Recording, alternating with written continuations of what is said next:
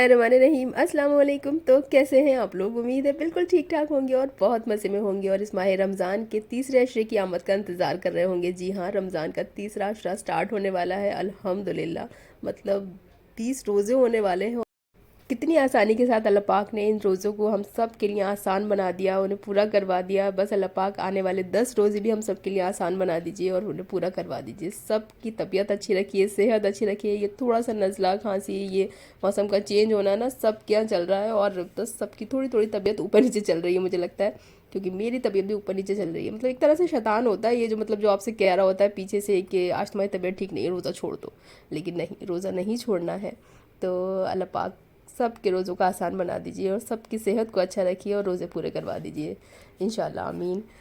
तो भाई आज हो गया है 19वां रोज़ा, शुक्र अल्हम्दुलिल्लाह। और जैसे कि आप वीडियो में देख ही रहे हैं कि अफ्तार की तैयारी हो रही है फटाफट से। मतलब ये जो टाइम होता है ना आपका असर के बाद वाला, बैटरी बिल्कुल डाउन हो रही होती है और जब आपने नमाज़ पढ़ी है और आप किचन में गए हैं ना, तो फिर से आपकी बैटरी जो है दोबारा से चार्ज हो जाती है। मतलब आप भूल जाते हैं कि आप रोज़े से हैं और जल्दी जल्दी से सारे कामों पर ना हाथ चलने लगते हैं और मतलब फिर रोज़े का एहसास भी नहीं होता बिल्कुल भी। तो थोड़ा सा एक टाइम आता है असर के टाइम, तो थोड़ा सी बैटरी सबकी जाती है, लेकिन उसके बाद अल्हम्दुलिल्लाह और रोज़े माशाल्लाह से बहुत अच्छे जा रहे हैं। तो मैंने कहा चलिए आपके साथ ना आज अपना थोड़ा सा इफ्तार वाला रूटीन शेयर करती हूँ और मैं इफ्तार में क्या क्या बनाती हूँ। और क्विक इफ्तार होता है मेरा और ये 30 मिनट इफ्तार होता है। मतलब जब मैंने सारी चीज़ें ये बना के रखी हुई ना, फ्रीज़ करी हुई हैं, तो इतना आसान हो जाता है। चने बॉयल थे मेरे पास और ये सारे मेरे पास स्प्रिंग रोल समोसे सब कुछ बने हुए थे, जैसे कि मैंने वीडियो में शेयर किया है आपके साथ। और असर के बाद बस किचन में आना है और सारी चीज़ें निकालनी है और बना देनी है, तो बहुत आसान हो जाता है। दही बड़े बनाने थे मैंने आज, तो मैंने दाल पहले से ही सोख करके रख दी थी, तो वो भी बहुत आसान था। बस आगे दाल अपनी ग्राइंड की है और दही बड़े सबसे पहले बना के रख दिए मैंने, क्योंकि वो थोड़े से पानी में डालने से ना सॉफ्ट हो जाते हैं। और इधर ये भेलपूरी का जो मिक्स मेरा बना हुआ रखा था उसको मैंने मिक्स किया, उसमें डाला चाट मसाला और अब इसमें जाएगी प्याज और दही बड़े भी तैयार हो गए बिल्कुल।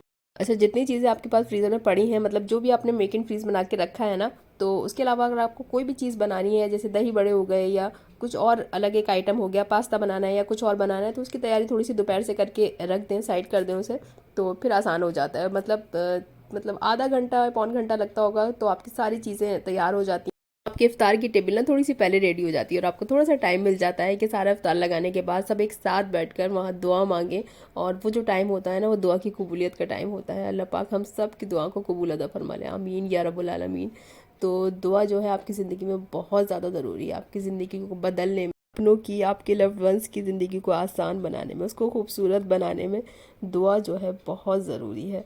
दुआ के लिए आज मैं क्लास में सुन रही थी, मतलब ऑनलाइन क्लास करती हूँ मैं कुरान की और दौरे कुरान चल रहा है अल्हम्दुलिल्लाह।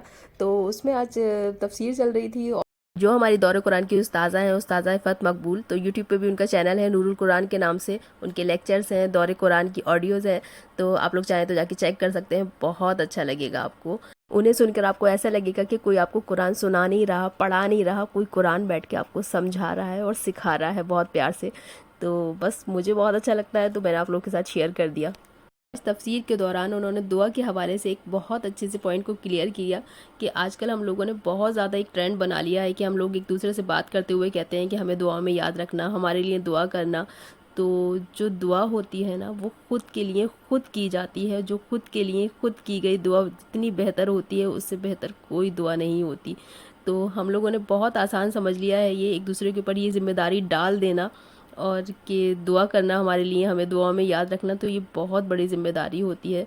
और जो दुआ खुद के लिए खुद की गई हो ना, उससे बेहतर कोई दुआ नहीं होती। तो मुझे बहुत अच्छी लगी उनकी ये बात और बहुत लॉजिकल लगी, सही लगी। तो आप लोग भी इस पर सोच के देखिएगा कि वाकई जो दुआ खुद के लिए खुद की जाती है ना, उससे बेहतर दुआ कोई नहीं हो सकती। ज़्यादातर लोगों का सोचना यही होता है कि ये मतलब इतनी दीनदार हैं और इतनी अच्छी हैं और ये इतने अच्छे हैं, इतने दीनदार हैं, मौलाना हैं और इतने बुज़ुर्ग हैं, तो इनसे हम दुआ करवाएंगे या कहेंगे तो इनकी दुआ बहुत जल्दी कबूल होगी। तो ऐसा नहीं है।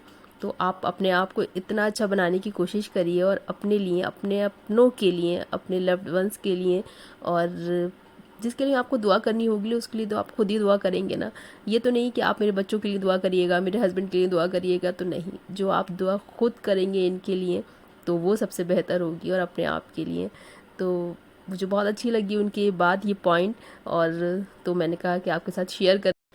और इसका मतलब ये बिल्कुल भी नहीं है कि किसी और के लिए दुआ करनी ही नहीं चाहिए। दुआ तो सबके लिए करने के बाद फिर अपने लिए करनी चाहिए। इसका मतलब ये है कि अपनी दुआओं की जिम्मेदारी किसी और के कंधों पे नहीं डालनी, बल्कि इसका मतलब ये है कि आप अपने अल्लाह से इतना बेहतर, इतना मजबूत रिश्ता बना लें कि जो दुआ आप दूसरों से करने के लिए कह रहे हैं, कि ये सोच के कि अल्लाह ताला शायद इनकी दुआ जल्दी कबूल करेंगे, मेरी नहीं, तो वो कॉन्फिडेंस, वो एहसास आपके अंदर आने लगे कि नहीं, अल्लाह ताला मेरी दुआ भी इतनी ही जल्दी कबूल करेंगे। ये था दुआ के हवाले से एक लॉजिकल पॉइंट जो कि मुझे लगा कि आप लोगों के साथ शेयर करना चाहिए। और उसको क्लियर करते करते ना वीडियो हमारी बहुत आगे निकल गई है, और आप लोग देख ही रहे होंगे कि वीडियो में चल क्या रहा है। वीडियो में चल रहा है मेरे डाइनिंग एरिया का मेकओवर। तो आज मैं कर रही हूँ अपने डाइनिंग एरिया का मेकओवर, जो कि मैं बहुत टाइम से सोच रही थी कि मैं कुछ इस तरह का मेकओवर अपने डाइनिंग एरिया का करूँगी। तो ये मेरी डाइनिंग टेबल है, और जो कि बहुत पुरानी है, और इसमें चेयर्स भी नहीं है। पहले मैंने सोचा कि इसके लिए चेयर्स ले लेती हूँ और फिर उसका मैं मेकओवर करूँगी। तो फिर मेरे दिमाग में आया कि नहीं, इसमें पैसे लगाने से अच्छा तो नई डाइनिंग टेबल ले लेते हैं। तो फिर मैंने सोचा कि नहीं, जो एक दिमाग में मेरे हमेशा से था ना कि मैं सिटिंग डाइनिंग बनाऊँ, एक थोड़ा सा स्पेस हो और उसमें मैं अपनी सिटिंग डाइनिंग बनाऊँ। और रमज़ान में तो ये सिटिंग डाइनिंग बहुत अच्छी लगती है और बहुत यूज़फुल होती है, और जो बैठ के रोज़ा खोलने का मज़ा होता है ना ज़मीन पर, वो अलग ही होता है। तो ये मैंने बनाई है रमज़ान के लिए, रमज़ान स्पेशल सिटिंग डाइनिंग। और तो आप लोग भी सोच रहे होंगे कि 20 रोज़े निकलने के बाद ये रमज़ान स्पेशल सिटिंग डाइनिंग मैं आपके साथ शेयर कर रही हूँ। तो इसका मेकओवर किया है मैंने एक स्पेशल इफ़्तार के लिए। तो जी हाँ, एक स्पेशल इफ़्तार है जो आपके साथ शेयर होगा इंशाल्लाह। तो उसके लिए ये सारी तैयारियाँ हैं, ये मेकओवर है। तो उसी स्पेशल इफ़्तार की ये थोड़ी बहुत तैयारी जो है वो चल रही है। और लास्ट वीडियो में आपने देखा था कि मैंने अपने ड्राइंग रूम का मेकओवर किया है और अपना डाइनिंग एरिया को बिल्कुल खाली कर लिया है। और यहाँ से जो सोफ़ा कम बेड है वो मैं ड्राइंग रूम में ले गई हूँ। तो ये मेरा डाइनिंग एरिया है, बिल्कुल किचन के सामने है, और काफ़ी अच्छा खासा बड़ा हॉल है ये। तो इसको मैंने पूरा खाली कर लिया था, और झूला जो है वो मैं ड्राइंग रूम से इधर ले आई थी, और यहाँ पे लग के बहुत अच्छा लग रहा है। मैंने काफ़ी जगह इसको सेट करके देखा, लेकिन ये बिल्कुल कॉर्नर में ना यहीं अच्छा लग रहा था। और ये मेरे पास एक शादी वाला कालीन रखा हुआ था, मतलब एक मोटी सी ये चादर ही टाइप की है, तो वो मैंने निकाली थी और उसको मैंने यहाँ बिछा लिया था। नीचे एक कालीन भी डाल दिया था अपना पुराना वाला, ताकि ये स्लिप ना हो, क्योंकि बहुत हैवी नहीं है ये। उसके बाद ये डाइनिंग टेबल का जो टॉप है वो हमने इस पर रख दिया था, और डाइनिंग टेबल का जो फ्रेम है वो हमने नीचे से हटा लिया था, क्योंकि ये जॉइंट नहीं है, अलग हो जाता है इजीली, गिरता नहीं है लेकिन अलग हो जाता है। ये इसकी एक बहुत अच्छी बात है। तो बस इसी का फ़ायदा उठा के ना मैंने इसका ही मेकओवर किया है। और खदीजा जो है वो मेरे साथ पूरे मेकओवर में लगी रही है, और इसके भी बहुत सारे आइडिया थे कि ना अम्मा ऐसे करें कि वैसे करें। तो बस हम दोनों ने मिल के ये एक अच्छा सा मेकओवर किया है। सारी लाइटिंग जो है ये खदीजा ने लगाई है, बहुत अच्छी लग रही थी ये वॉल भी ना। और ये मतलब मैंने नहीं सोचा था कि इतना अच्छा लगेगा ये एरिया, अगर इसको डाइनिंग टेबल को इस तरह से हम कर लेंगे तो। और ये वॉलपेपर मैं ना वेनिस मॉल से लेकर आई थी, काफ़ी टाइम से मेरे पास रखा हुआ था। तो इसको लगाना थोड़ा सा मुश्किल था, थोड़ा सा आपको मतलब पेशेंस रखना पड़ता है जब आप वॉलपेपर स्टिक करते हैं। कहीं भी वॉल पे करते होंगे तो और ज़्यादा करना पड़ता होगा। और ये तो हमने नीचे बिछा रखी थी तो हो गया था जैसे तैसे, लेकिन बहुत अच्छा हो गया था। मतलब बिल्कुल भी इसमें बबल्स वगैरह कुछ नहीं आए थे, बहुत अच्छे से खदीजन और मैंने दोनों ने लगा लिया था। और ये एक कॉफ़ी टेबल है जो मैं अपनी लोकल मार्केट से लेकर आई थी। और जब मैं इसको लेकर आई थी तो मैंने सोचा नहीं था कि इसको मैं कहाँ लगाऊंगी, लेकिन मुझे इतनी अच्छी लग रही थी तो मैंने ले ली थी। और ये इतने अच्छे से इस कॉर्नर में सेट हो गई थी ना, और बहुत अच्छी लग रही थी यहाँ लगने के बाद। तो जब मैंने ये ली थी ना, तब मैंने नहीं सोचा था कि मैं इसका क्या करूँगी, लेकिन अब ये यहाँ पे बहुत अच्छी लग रही थी। और ये जो एक शो पीस है वो भी मैं लेकर आई थी, तो बस ऐसे ही रखा हुआ था, बहुत दिन से रैप हुआ हुआ, तो मैंने कहा चलो इसको यहाँ पे लगाते हैं। और ये रमज़ान मुबारक का DIY है जो खदीजा ने करा है। तो बहुत अच्छा लग रहा था, बहुत सिंपल सा है, कुछ भी नहीं, सारे अल्फ़ाबेट उसने लगा दिए हैं एक ग्लिटरी शीट पे, और वो बहुत खूबसूरत लग रहा है, गोल्डन और ब्लैक का कॉम्बिनेशन ना। और ये एक छोटा सा लैंप रख दिया, ये एक तस्वीर रख दी, और बहुत अच्छा सा ये कॉर्नर जो है हमारा वो क्रिएट हो गया था। और इधर सारे मैं कुशन लगा दूंगी। तो कुशन मुझे ना समझ में नहीं आ रहे थे कि कौन से किधर लगाऊं।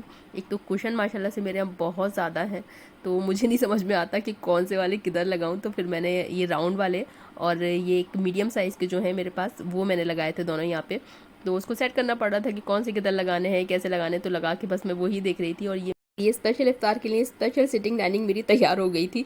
तो और जितना मैंने सोचा था ना उससे भी बहुत ज़्यादा अच्छी लग रही थी। वॉलपेपर लगने के बाद ये डाइनिंग टेबल एकदम ज़बरदस्त लग रही थी। और बच्चों ने इसको नाम दिया था उस्मान वाला डाइनिंग टेबल। तो बच्चे उस्मान बहुत शौक से देखते हैं, तो उनको बिल्कुल वैसा ही लग रहा था, बाकी वैसा ही लुक आ रहा था इसका। तो चलिए इसका दिखाती हूँ मैं आपको फाइनल लुक।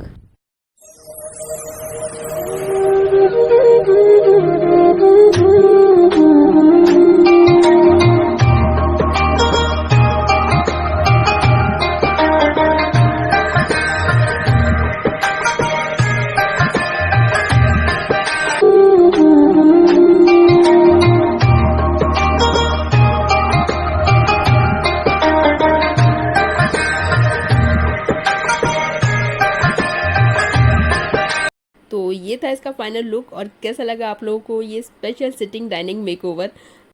ईद और रमज़ान दोनों के लिए ही बेस्ट है मुझे लगता है, क्योंकि इस तरह की सिटिंग ना आपके रमज़ान के इफ्तार और ईद की दावत दोनों को बहुत स्पेशल बना देगा। वीडियो अच्छा लगा हो तो प्लीज़ लाइक, चैनल पर पहली बार आए हैं तो प्लीज़ सब्सक्राइब। अब मुलाकात होगी एक और अच्छे से ब्लॉग में, तब तक अल्लाह हाफिज़।